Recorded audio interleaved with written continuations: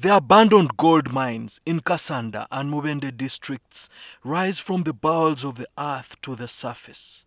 This large expanse once served communities, especially small-scale and artisanal miners. They dug up rocks by hand and shoveled them into threadbare sacks. Vulnerable groups like women eked a living here by doing odd jobs. But an expulsion order in 2017 left a group of 60,000 small-scale and artisanal miners in pitfalls. The evictions were ordered by government on the grounds that unregistered miners were damaging the environment and illegally invading gold deposits licensed to AUC Mining, a locally registered company with Ugandan and British owners. Have big companies, relatively big companies, that are interested in this mining, and the way they are acquiring land and fighting with artisanal small-scale miners is just sad for the sector. So the question is, how do we acquire land? Whether small company, big company, or an artisanal miner, how is land acquisition facilitated? If we have conflict over a piece of land, how are those conflicts resolved? That the president had a meeting in the State House with the State Minister for Investment, and that was Honorable Evelyn Aniti then, and the Honorable Bena Bugembe, and he had issued a directive that all the miners, of course, during those days they were calling us illegal miners, and indeed we were. All the miners that were operating in the Mubende areas should be evicted and relocated within a period not exceeding 2 weeks.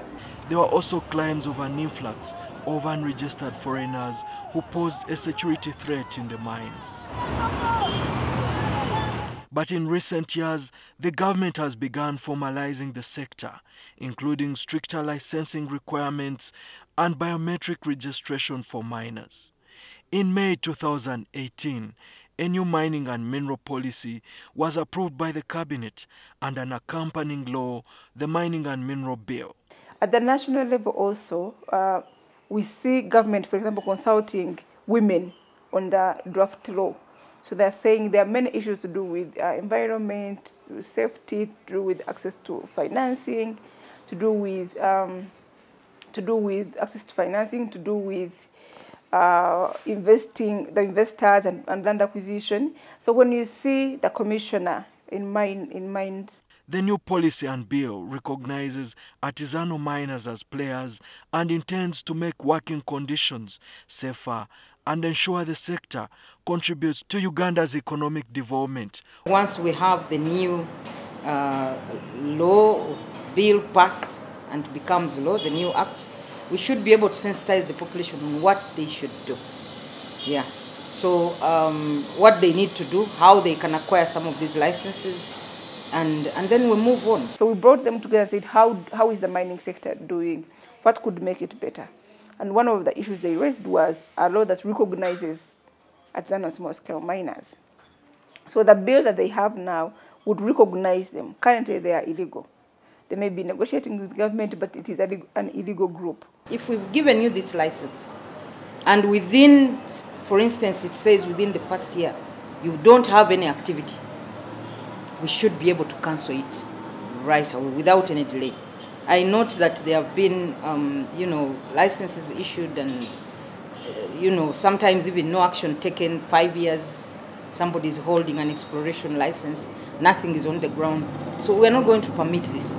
The artisanal miners under their association petitioned the president, and in 2018 he wrote a letter asking AUC Uganda Limited Mining Company to give 30% of its 144.7 square kilometers of land to the artisanal miners. Returning to the fields and without information in regard to cadastral mapping, the artisanal miners burrowed the crust of the earth and found no gold. So when we did not find anything, we disappeared because it was a lot of money. Banks are demanding us, money lenders are also on our necks because we thought like government had promised us there is some gold. There was nothing. We hired an expert from Zimbabwe, senior geologist, in the names of Derek Michingani, who has been here doing exploration in the location licenses that we got from government.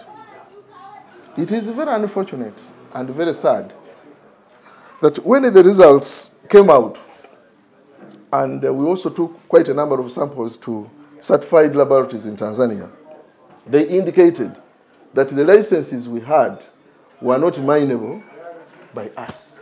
So for me, it is how much information do you have before you make a decision to apply for that piece of land. When government is doing their cadastre mapping and they know which area seem to have more depots than the other, is that information available for both a small-scale investor, an artisan, for the three of them, a small-scale, an artisan, as well as a large-scale investor? Or is that information given only to the privileged with money who are large-scale investors? The executive director of Global Rights Alert, Winnie Ngabirwe, gives an insight into why her organization has propped up women mining associations across the country and why it's important to regularize the work of artisanal and small-scale miners. Access to court, to justice, is a very, very challenging way. But there are ways in which we can make it cheaper, we can make it available, so that there are grievance handling committees at different levels that are so gender sensitive that a man or a woman will not feel intimidated to go there, or even when they do go there, that they will feel this is the place that I can discuss my issue and have an agreement reached and have my issue resolved. In these mines for some time, but not quite long, but for us as women, we have actually benefited from this mining, but we have some problems there. But we have not been having pits. We have been using, we have been buying sand and we put it somewhere, and then we after making it, then we get some gold and we sell it to other people. But now, as women, we said, why can't we form an association? And then we after forming our association, and then we get our own pit, and then we start making our own money. So that's what we have been doing that, and now we want to buy our own pits, and then we start using them as women. Tubakuzwara boots, tibine boots. Ekindi tibine mabafu go kwezunisa nibezunise bikuzere bafu. Emisenyi gumane bataho mwitaka umutu. Ebinde bizubu tubakubahereza kasente ko kumana. Na nebyo kurya tibine byo kurya. No kurebe kandi barebe kaba barhireyo nkabarwire abo kuba tibine byo kurya byo kumara byo kurya. Nibatanduka kasheshe bahezo mwabazi baba barhire kandi bagaruka batambara kurgaha kuzo wabahiba kubambarga barkasheshe. She argues that this was anchored on breaking male-dominated barriers in the mining sector. But we realized that the problem was more than just safety, just gumboots and headgears. It was more than that. It was about who is speaking in the mining sector. It was about who owns the pits. It was about who doesn't own the pits and who does the actual work. Who gets exploited, who gets paid, who doesn't get paid. So we encourage the women. The mining sector is not only for men. Even women should feel free to get involved. I have moved into the mines and found them doing the odd jobs of even cooking and all that, but not into the real mining. So we really want to encourage the women, those who are really interested, to also get involved. But many challenges remain abound. There's a conflict between Chiwanja holders and landowners over surface rights. Land acquisition also remains a sticky issue. Staring a bleak future, the women associations have regrouped and are petitioning government to give them at least a square mile of land where they previously mined for gold. Fetwakkiriza ne tuprocessinga license nga bwe yatugamba process zonna twazimalayo ne tumala obudde naye ate bannanga obudde tulaba nga butufiiridde bwereere abaana tebakyasoma buli kimu kyonna kyesibye olw'ensonga tetukola singa tuzzaayo eri at least n'atuwa square kilometer eyo ze twamugamba. And because the majority of them are women, they are the ones that do not have security to access a bank loan. They are the ones that do not have own land. They are the ones that find it very difficult to negotiate for a lease. If government can, one, put a fund to facilitate all these processes in terms of educating them about the processes, but also supporting, giving them capital, giving them the tools, the machinery that they need to be able to access, to actually practice mining, I think that would be a very, very good law. So how can these women associations be provided a shot in the arm? According to available information, over 90% of the mining in Uganda is done by artisanal and small-scale miners, estimated to be more than 390,000 countrywide.